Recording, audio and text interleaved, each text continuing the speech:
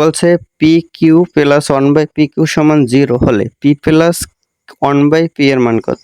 তাহলে p plus 1/p এর মান বের করতে বলছে। তাহলে P Q plus 1/p Q সমান হলো 0। পি প্লাস 1/p এর মান বের করতে হবে।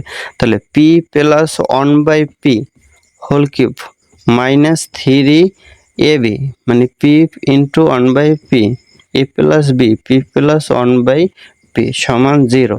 তাহলে বা p plus 1/p cube minus এই পি বাদ যায় থাকে 3 ইন্টু পি প্লাস 1/p।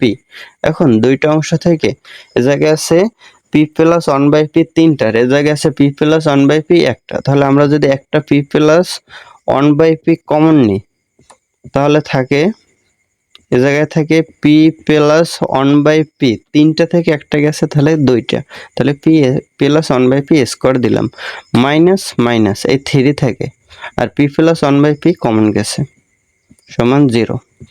এখন এই অংশটা যদি ডান পাশে দিই তাহলে 0-র সাথে এটা ভাগ হইয়া 0-কে যে কোনো সংখ্যা দ্বারা ভাগ করলে 0 হবে, তাহলে এটা 0 হয়। তাহলে থাকে এই অংশটুকু। এখন পি প্লাস 1/p স্কোয়ারে মাইনাস 3টাকে ডান পাশে দিলে হয় প্লাস 3।